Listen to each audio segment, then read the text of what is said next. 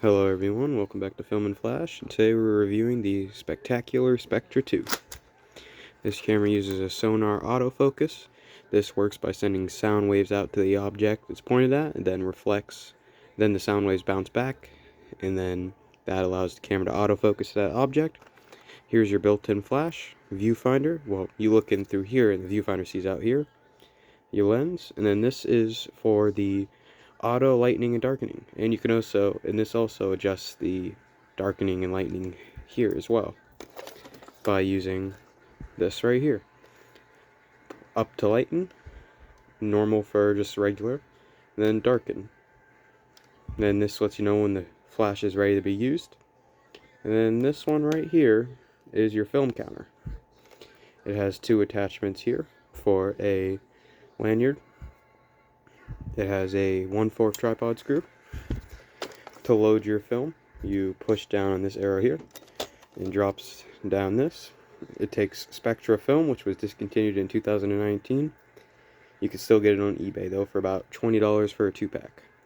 You load the film in with the two metal batteries facing down. Close this back up, ejects the blank cartridge. Then you will line up your shot, looking through the viewfinder, and you will click the yellow button to take a photo. So, to open the camera, you will pull this back in the direction the arrow is pointing to close it, like so, and then to open it, you will just pull back, and voila, she opens right up, kind of like an SX7, but automatic instead of manual. So, this camera was produced from 1986 to 2000. Those of you that know, in 2001, Polaroid, was it 2001? 2001, Polaroid filed for bankruptcy, and then in, I believe it was 2008, Polaroid went out of business. Then they have the Impossible project, which kind of tried to revive Polaroid, and is honestly doing pretty good. In recent years, Polaroid cameras have resurged in popularity.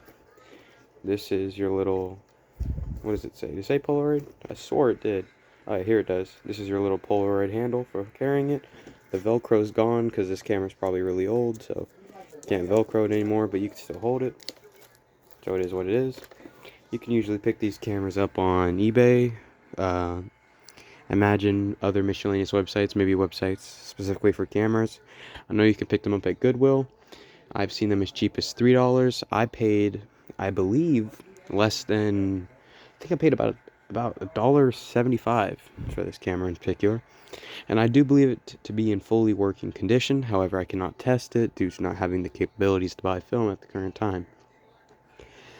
So, there have been people who have took 600 film and have stuck it into empty Spectra film cartridges, and that has worked slightly, but there have been issues such as photos not developing completely and kind of producing a running ink effect.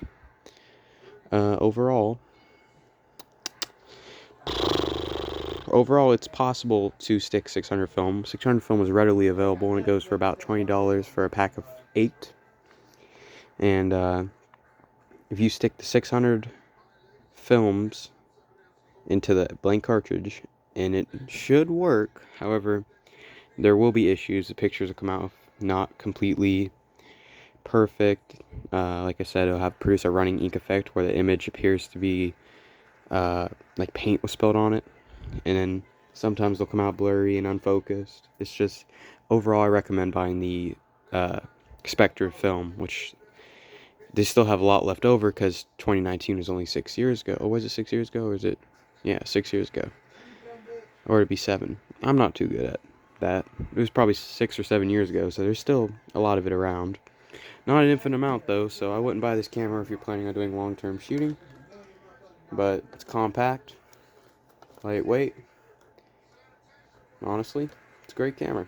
I've been trying to make my videos more engaging and shorter because I feel like they're not getting as many views. I mean, I'm trying to talk about all the stuff I can. The only thing I can't think about is the flash able to be toggled on and off? And to be honest, it doesn't show that it can be turned on and off. I would maybe assume that when you put it on lighten, that turns the flash on. That's just an assumption, though. I have no idea if that's true. It might not be a flash that can be toggled on and off. It may be an automatic flash, similar to what camera was it that had that feature that Polaroid came out with not too long ago? I believe it was the Polaroid Flip. The Polaroid Flip does not allow you to turn the flash on and off, I believe. It was either that or the Polaroid Go. And then it's automatic based off of the exposure that the camera senses for its light meter. Which I do believe this camera has a light meter, which would lead me to believe that the flash is automatic and you can't toggle it on and off.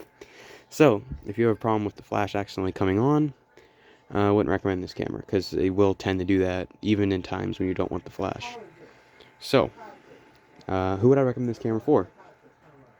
Collectors, obviously, because the Spectras are absolutely beautiful cameras. They're simple, and they're just fun to play with. They make great paperweights, great display pieces. I would recommend the camera for somebody who's looking to do maybe short-term nostalgic shooting. You don't care about having infinite film, or maybe you're the kind of person who likes to experiment with cameras and wants to see what you can do. Therefore, I'd say try the empty Spectra cartridges with the 600 film. I mean, it's honestly a very creative template for photos.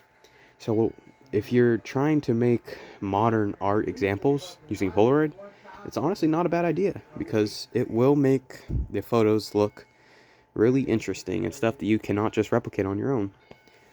But when you're loading them in, you have to do it in a black bag or in a really dark room to avoid exposing the images to light. And then even then, there's still going to be other complications, such as the roller jamming, because it's not designed to pull out that style of film. I believe 600 film is a little bit bigger, or no, a little bit smaller than Spectra film, or it's one or the other. A little bit bigger, a little bit smaller, but it can cause the jamming on the roller. There could be other problems as well, like ejection issues, and considering it wasn't designed to expose onto that specific size, it could also not fully, the image could be cropped out or cut off. But modern art, why not? Go for it. So,